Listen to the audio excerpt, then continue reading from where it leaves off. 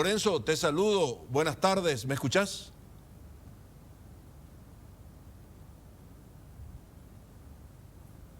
Parece que no nos está escuchando. A ver si por lo menos a través del teléfono hablamos con Lorenzo y sacamos una conclusión y también nos sacamos la duda de si tenemos o no tenemos radares o si tenemos, si funcionan y si las que funcionan, ¿para qué sirven? ¿Podemos rastrear? La pregunta que yo me hago, ¿podemos rastrear si alguien roba un avión en Paraguay? ¿Se puede rastrear por lo menos hacia dónde fueron? El caso de esta mañana temprano en Caaguazú. La DINAP podría tener, aunque sea una pista, lo que decía Enrique, probablemente ya abandonaron territorio paraguayo. Inclusive ¿Fueron hacia Bolivia o fueron hacia el otro lado? Algunas cosas que me explicaban además, Dante, que no se puede saber salvo que el propio piloto active un... ¿Cómo que se llama? Un transponder, algo así. Algo así. Algo sí. así es. Bueno, que depende de él. En este caso no lo va a hacer. Y que además esta aeronave en particular tiene la característica que vos le podés cargar combustible en el aire inclusive. ¿Otra vez? O sea, no hace falta que, no hacía falta que paren para cargar. Bueno, no pudimos hacer la charla vía Zoom. A ver, intentamos vía telefónica. Lorenzo Rubén, ¿me escuchás? Buenas tardes. Buenas tardes para ti, también para la audiencia. La pregunta es básica, Lorenzo. ¿Tenemos o no tenemos radares en Paraguay? Y si tenemos, ¿se puede rastrear un avión que ha sido robado? Te preguntamos esto porque ya es reiterativo. Conversábamos acá con Enrique Dávalo. Ocurrió el año pasado, primeramente en la zona del Chaco, y después ya este fenómeno, por llamarlo, se está repitiendo en la región oriental. ¿Tenemos o no tenemos radares, Lorenzo? Bueno, para empezar vamos a tener que aclarar que en la República del Paraguay no tenemos un sistema de vigilancia aérea óptimo que te permita rastrear un avión sustraído o robado de una propiedad privada. Y por otro lado, ese avión fue sustraído o robado de una propiedad privada donde el Estado no tiene un vínculo de control respecto a lo que pasa en el ámbito privado, porque se supone que es un avión que estaba bajo el dominio de control del propietario privado. En todo caso, lo que la institución aeronáutica va a hacer es colaborar con la identidad del propietario, la matrícula y todo el origen del avión para que las autoridades competentes lo puedan investigar. Ahora, lo que hay que aclarar que el uso del radar, que son dos versiones, el primario y secundario, la DINAC más bien trabaja en el secundario, que es un sistema que no tiene la capacidad de detectar aviones de ingreso ilegal, clandestino o furtivo. Para eso tiene que tener un sistema de radar que es el primario, pero que se instaló un radar primario en el año 2017, que se adquirió en Concepción, pero ese radar que se adquirió y se instaló en Concepción, que tenía que tener un alcance de 300 kilómetros de alcance, el primario, prácticamente está entredicho con un informe de la Contraloría General de la República, que según la denuncia de la Fuerza Aérea Paraguaya, sería un radar que no está operativo en condiciones óptimas. En síntesis, ¿no tenemos radar entonces, Uruguay? No tenemos radar. En esa zona al menos no tenemos operativo, al menos si vamos a juzgar la operatividad de ese radar de acuerdo al informe de la Contraloría General de la República. Ahora bien, recordemos que en el año 2019, en octubre, en el aeropuerto Guaraní se inauguró un sistema de gestión de tránsito aéreo que se llama por su sigla ATM, que es un sistema que te permite bajar la señal del radar primario y secundario de Foz de Iguazú, es decir, que toda la zona de Alto Paraná depende de la señal del país vecino, o dependemos del radar de Brasil para utilizar el control dentro del ámbito de Alto Paraná.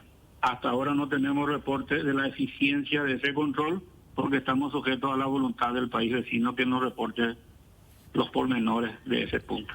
Para poner un ejemplo, si alguien está viniendo en un aeroplano desde hacia Bolivia y quiere ingresar a territorio paraguayo en forma furtiva, evitando el control, lo puede hacer porque no tenemos forma de captar que ese aparato está ingresando a territorio paraguayo, salvo que obviamente el piloto o el responsable de la máquina quiere hacerse conocer que está ingresando hacia territorio paraguayo, ¿o me equivoco? Exacto. Supongamos, vamos a poner un ejemplo muy sencillo y práctico. Una aeronave acaba de ser transferido a la torre de control de Paraguay proveniente de Bolivia. Entonces, esa aeronave, por voluntad del piloto, enciende su transponder y recibe la señal del radar secundario. Pero el avión que viene con 150 kilos de cocaína no va a tener la voluntad de encender su transponder, por lo que ingresa sin ningún tipo de inconveniente, porque para el efecto tiene que tener el otro sistema de radar, que es el primario, que puede realizar detección de un vuelo clandestino. Y lo último, para ir cerrando y agradecerte, Lorenzo, ¿cuánto podría costar un radar? Algo que nos pueda servir para tener por lo menos un mínimo control aéreo en territorio paraguayo. Es una inversión demasiado grande para pensar del por qué no se toma, porque esto pasa por una decisión política, hay que decir, porque es algo tan necesario como tener una fuerza aérea, ¿verdad? ¿Cuánto podría costar invertir en un radar? Bueno, en primer lugar hay que hablar de una política de radarización del espacio aéreo, que estaríamos hablando promedio de 140 millones de dólares, que la institución aeronáutica civil DINAC no cuenta con ese capital para la implementación. De modo que, por otro lado, también hay que aclarar que primero se tiene que definir los roles. Por un lado está el rol de la aeronáutica civil y por otro lado está el rol de la aviación militar. Y también hay que considerar que Paraguay en este momento no puede estar a la altura de los países latinoamericanos, porque son países que han implementado un modelo a través de una legislación partiendo de la implementación durante el gobierno de Lula, que promulgó un decreto y facultó a la Fuerza Aérea de su país derribar los aviones clandestinos, pero aquí cuando se quiso legislar en las mismas condiciones, colocando al pie de igualdad de los restos de los países, la Embajada de Estados Unidos había intervenido por una razón de derechos humanos, por lo que la Fuerza Aérea no tiene facultad jurídica para derribar el avión, aunque tenga en óptimas condiciones todos los radares de la República de Paraguay.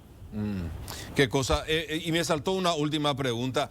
¿Acaso no hay normas mundiales que rigen a la aeronáutica? Y yo digo, ¿no está dentro de esa norma una exigencia de tener un sistema de radar para poder operar en cierto nivel de estándar con la región? ¿Eso no es una exigencia? Claro que es una exigencia normativa de los tratados internacionales de la Organización Internacional de Aviación Civil de Paraguay. Por otro lado, también una exigencia normativa de una seguridad de cada estado que debe implementar un modelo de vigilancia aérea que le permita controlar su espacio aéreo.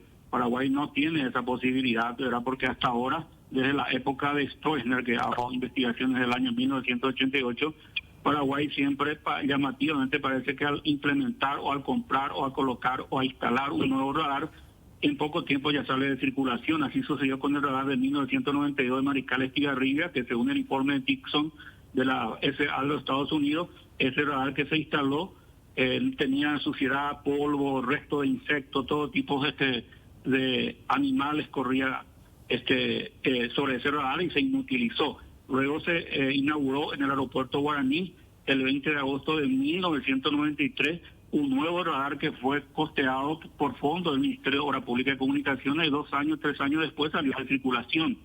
Ahora se compró un nuevo radar 2017 y según el informe de la Contraloría no estaría funcionando según reporte técnico operativo de la Fuerza Aérea Paraguaya. Pareciera que estamos en un modelo de sabotear los radares desde adentro para que de esa manera no se controle eficientemente el espacio aéreo paraguayo. Por lo menos esa es mi conclusión, muy personal, muy particular por la experiencia que tengo acumulado durante muchos años de investigación.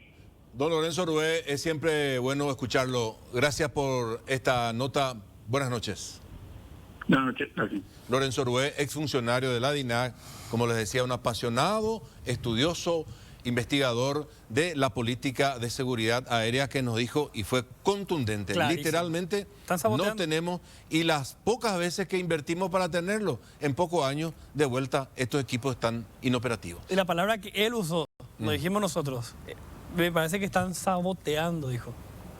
O sea, ¿por qué alguien tendría interés en sabotear la tecnología de rastreo de aviones en Paraguay? ¿Y quiénes están detrás de eso? ¿A qué? Sencillo el tema, ¿verdad? Tal cual.